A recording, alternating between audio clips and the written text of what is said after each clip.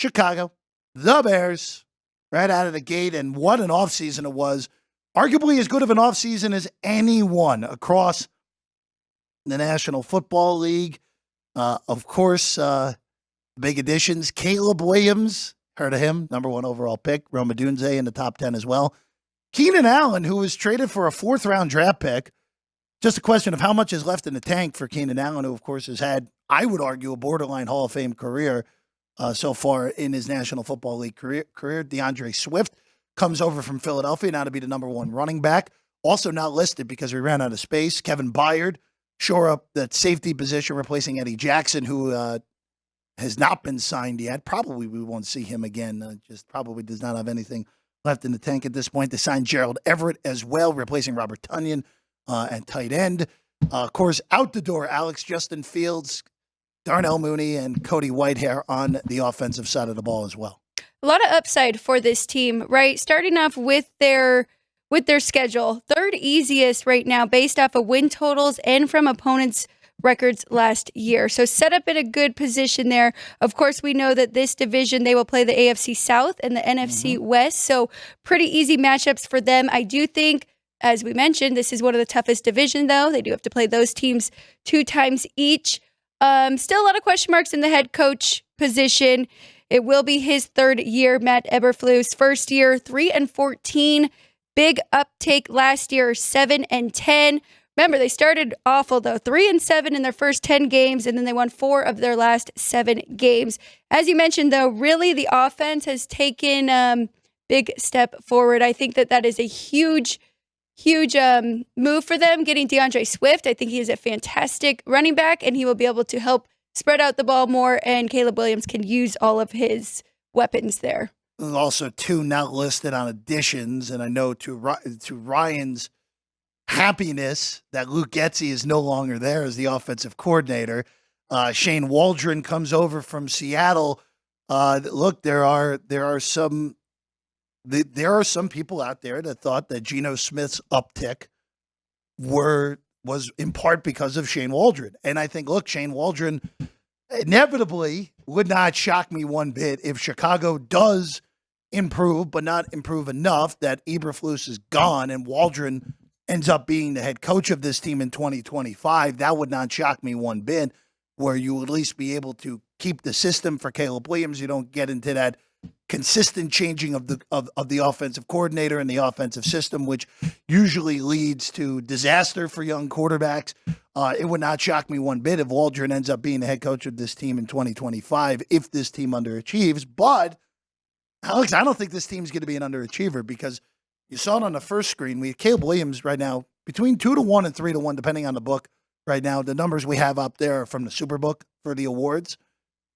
I think Caleb Williams is running away with the Offensive Rookie of the Year. I always thought the nonsense around Caleb Williams, oh, he's too emotional. Oh, he doesn't care.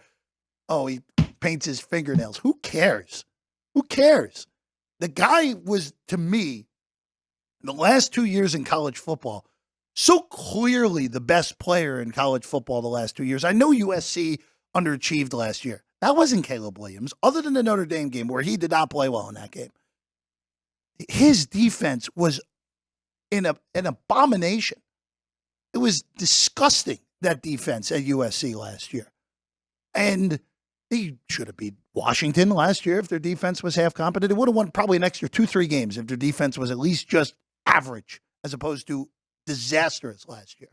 And he would have been right in the mix for the Heisman Trophy yet again. Would have been right in the mix with Jaden Daniels. But because of that, team performance hurt him on that. I think he comes in and is immediately a top half quarterback in this league. And I think part of that is he's in the right offensive system with Waldron. And Alex, we mentioned it. You mentioned it too. Those weapons around him are awesome. DJ Moore turned into a complete number 1 wide receiver last year with a guy who we had questions about his throwing ability in Fields, even though I like Justin Fields. Rome Odunze was the guy I wanted the Jets to get at number 10. Wouldn't shock me one bit if Odunze ends up being the best receiver from this class. All these guys are capable of being him, Neighbors, Harrison Jr. Keenan Allen as your number 3 wide receiver? That's a really good passing core there, or receiving core, Alex. I think this offense is going to be really good right away. I really do. I'm glad you did bring that up about Caleb Williams because a lot of people do forget it. Of course, I know you remember that he did win a Heisman, but 4,537 passing yards, 42 touchdowns in 2022 with USC. And the numbers were down a little bit last year, 3,633, 30 touchdowns in 2023. Still really impressive numbers here.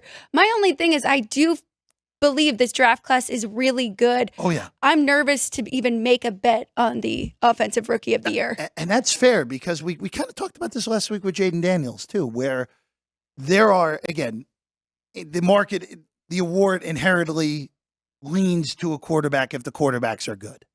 That's just the nature of the beast of that award. By the way, Caleb Williams, of course, is your betting favorite. 2-1 is Jaden Daniels is next up at plus 650. But Rome Odunze was sitting there at 40-1. I don't think I would do that, but if you wanted to get a little bit frisky, he has too many weapons around him, right? I think it's just more that I think it's more that you are right that there's too many weapons around him, but I think Marvin Harrison Jr.'s numbers might just look so eye-popping that it's going to be hard for any other wide receiver to possibly beat him out. We haven't mentioned the defense much. And this is one thing that did improve through the year for the Bears last year, where their defense, by the end of the year, was, I would say, in the top half for sure. Yeah. And the one thing that they do have, as we know, you got Montez. They traded for Montez Sweat last year. I think Montez Sweat is, again, if you're getting the correct version of him as a top-flight pass rusher, they were able to bring back Jalen Johnson, which was a big question mark going into this offseason. Were they going to be able to get the deal with Johnson done? They did. Johnson, to me, is still an elite corner and will be for years to come. Kevin Byard shores up that safety position going next to Brisker, who I like his potential as well. This is a defense that I expect to be in the top half. And if they are in the top half, look, if this is top half defense, top half offense, this is a playoff team. I really do believe that. Now, win total's 9, Alex. I thought it was right. I would probably stay off of that. I would look for other ways to bet Chicago than the win total, though, if we're going to do that. I agree with you. I thought 9 was right, too. Minus 110, both sides, yes or no, to make the playoffs. I'm glad you brought that up about them being in the top half, both offensively and defensively. I was reading Jeff Fogel's newsletter that is coming out, starting with the NFL as well. Mm-hmm. So he wrote down there, the median for touchdowns scored offensively, percentage, Chicago was 19% last year. That was right there in the median. There were 7 teams there, including Houston, who did make the playoffs. So if we think that their offense is going to improve even more than that, 19% of their offensive drives resulted in touchdowns.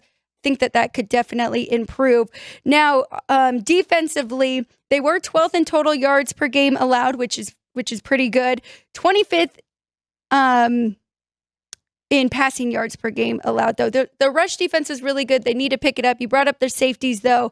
So defensively, and they were 21st of opponents' drives resulted in touchdowns. That was the bottom half. They need to improve that area a little bit and keep their opponents from scoring.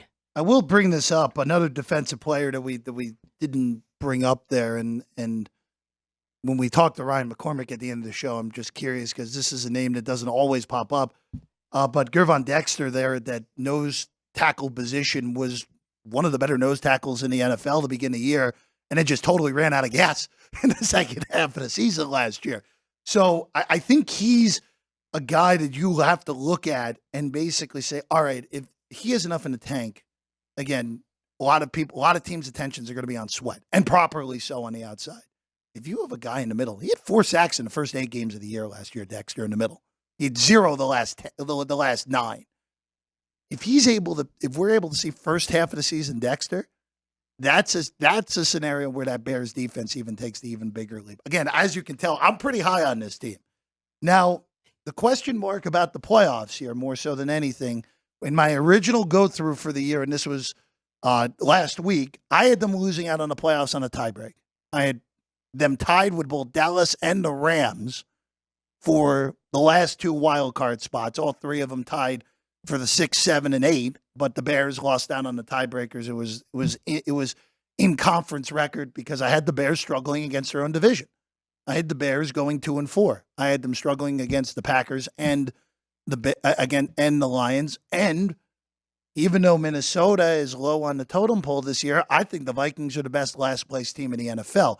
Yeah, I know a little bit of a backhanded compliment there for Minnesota, but I don't think this Minnesota team is a total pushover. I don't either. I think they could sneak in, not being the last team in this division even. If Caleb Williams has a bad rookie year, yeah, Minnesota very easily could finish third. It wouldn't shock me. I like Kevin O'Connell. We'll get the Vikings later in the week. But, Alex, when it's all said and done here, I just waiting to see how the yes-no playoff market plays on the Bears. And I'm going to wait because in season, a lot of books put up in season numbers now for this. Let's say the Bears get out to like a 1-2 start. Even they win week 1 and then lose their next 2 games where they have to go to Houston on a Sunday night in week 2, and then after that they go to Indianapolis, which I think will be pretty close to it. Indy will be a small favorite in that game, more likely than not. You're probably going to end up with a better number on them going into that Ram game week 4. I had them losing to the Rams in the season. That was another tiebreak as well. But I would look to play there, yes, to make the playoffs in season. Getting plus money, assuming that, hey, this is, even though they're 1-2, 1-3, this team looks better than their record shows and their schedule. Look, there are some difficulties in there. Of course, getting those games against Green Bay, Detroit, having to play the Niners late in the year as well. But there's still that Commanders, Cardinals, Patriots, Packers, Vikings run with 3 home games mixed in there. That is a relatively soft stretch, even with that Green Bay game mixed in there. I think that's it. I think that is probably the best bet if you were looking to bet the Chicago Bears, is waiting that out a little bit. I mean, if you really love them too, even minus 120 isn't a whole lot here for this team to make the playoffs. But I think that that's a better strategy, kind of wait and see. Although I do think they should start off the year 2-2. I mean, they don't have a crazy hard schedule to start. I think I like them week 1. They're favored in that game. I don't like them in week 2. They're already a dog in that game.